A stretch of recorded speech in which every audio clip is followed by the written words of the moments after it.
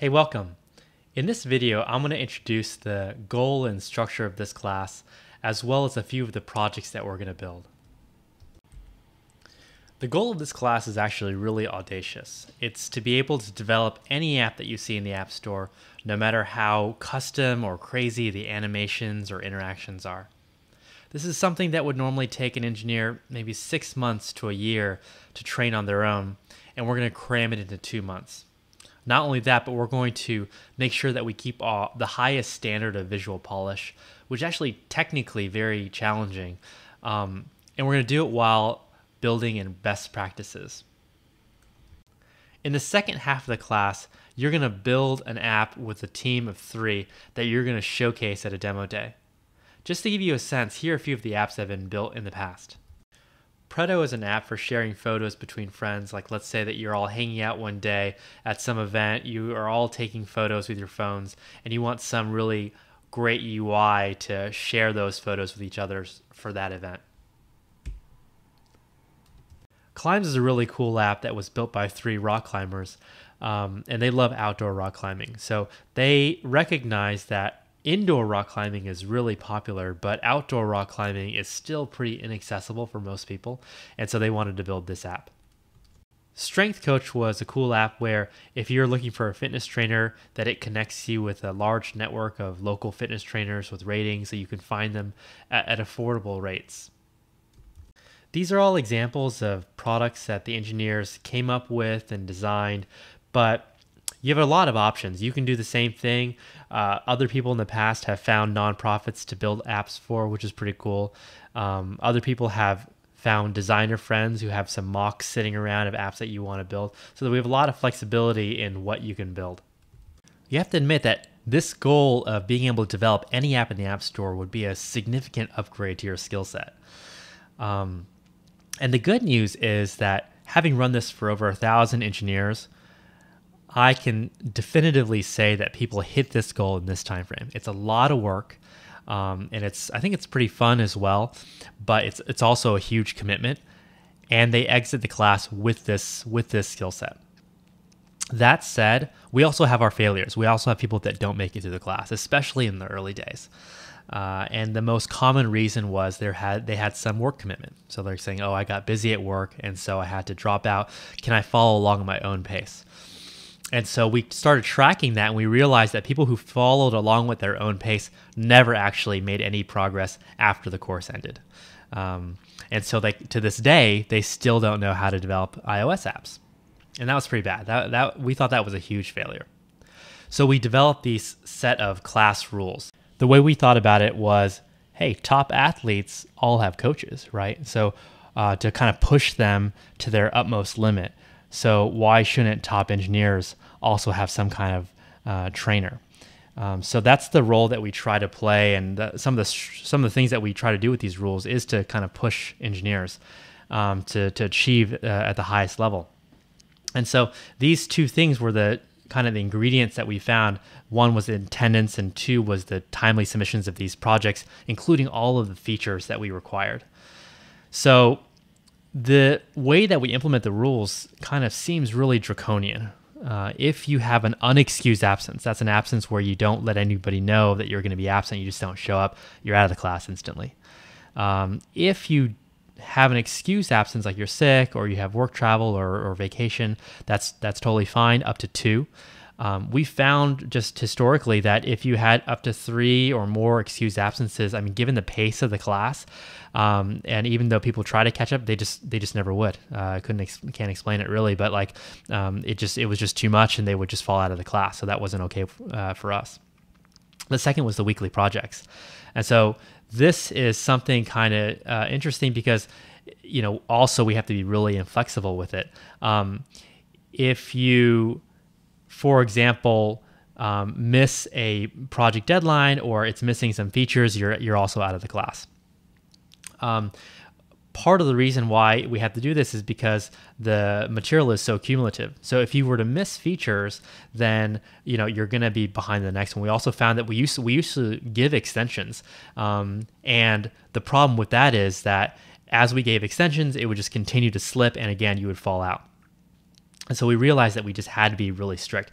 In fact, when we were flexible on either of these rules, it ended up hurting people more than helping them, because like as soon as we were flexible, I could almost guarantee you that that person was going to fall out. So being strict up to the point of even, threatening to and really kicking people out of the class if they didn't keep up with the standard was actually a way for us to help people hit that goal that we promised that they would hit. So I want to end with a few pro tips. These are things that I've collected from students in the past. So one thing is, it's not about blazing through the homework as quickly as possible. For example, for that first Rotten Tomatoes app, I mean, if I were doing it, I could make a simple version in maybe an hour, right? And you could as well. But that's not really the point. One is, if all you want to do is implement a basic version, then first of all, that's pretty straightforward. It's not really that advanced. You can pick up any iOS book and I'll show you how to make a table view and make a basic implementation. So one, hitting the visual fidelity that you've seen in this video is actually where the engineering challenge is in iOS. So your target is, you want to hit at least 10 hours a week. If you finish early, then you definitely want to keep on accomplishing tasks until you hit at least 10 hours. And so we put a lot of optional features to hopefully give you as much room to run as you can.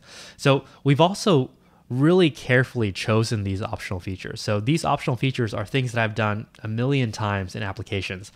And so we kind of stack ranked and we kind of collected a frequency chart of things that we do often in apps, and we put them into these optional features.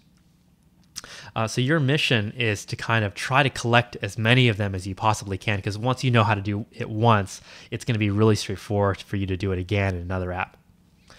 So I know this is going to be hard to convince you to do.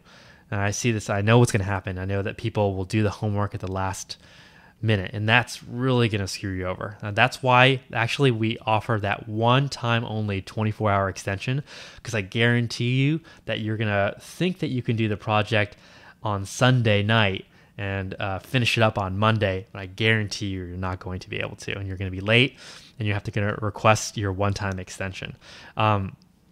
So starting the homework early also has another feature, because the problem with starting late is that you're not going to be able to utilize our support channels. So if you start your homework early, what you can do is you can start it and then you run into a problem. Don't bang your head against it. Just access a support channel and then take a break or work on something else and then come back. So when you're doing this on Sunday night, you don't have that option. So you have to waste a lot of time debugging an issue that we could probably help you with in minutes instead of hours. And so that brings me to my next point, which is asking for help quickly. So as an engineer, I think you know what I'm talking about when I say, have you ever spent 6 hours just hammering your head against some problem and it ended up being the smallest little thing that you overlooked? So I think you should be nodding your head right now, because everyone, if you're an engineer, has come across that situation, maybe even kind of frequently, right? So if you can't handle that, you probably can't hack it as an engineer, because that's just life as an engineer. However, when I say log 10 hours a week, I'm not saying spent 5 hours of it just stuck, because you're not really effectively learning iOS, because we're trying to take a tour of the iOS framework right now, and you being stuck means that you're not on a tour. So you're going to really have to fight your human nature here, your engineering nature, and I'm going to remind you of this frequently because you're going to find yourself doing this even with this warning. But if you find yourself stuck for even 30 minutes, 45 minutes, fight that temptation to be like, oh, another 30 minutes, and I'm almost there, I almost got it.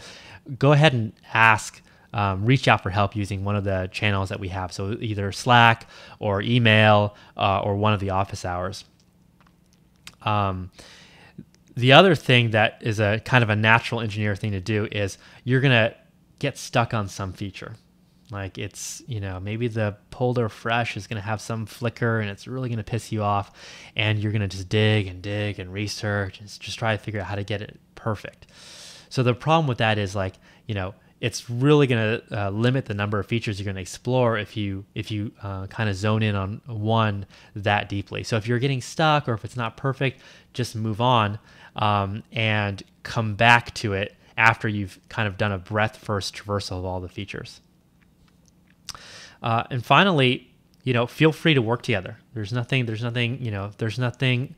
don't put aside any kind of ego about asking for help or, helping others. Like iOS it's actually not rocket science, and so like if you discover something that might be that you think that, oh, hey, it wasn't clear from our guides, and it kind of tripped you up a little bit, like maybe some Swift 1.2 versus 2.0 difference, or something, share it with somebody else, share it on the Slack channel or on the email group, and hopefully save somebody else some time. So these are kind of the pro tips that we have to share. And as I mentioned before, try to hit that visual polish. So you're going to be tempted to be like, well, I'm not a designer, and so I'm just going to make it ugly and I get the gist. You don't get the gist. Really, like the hard stuff in iOS is when you're trying, it's just like CSS, right? You can roughly lay something out ugly, but CSS mastery means like, can you make a pixel perfect mock? So try to push yourself to reach a pretty high degree of visual polish in your applications. That is where all the hard stuff in iOS is. So that's it. Hopefully you enjoy the course and look forward to seeing what group projects you guys come up with.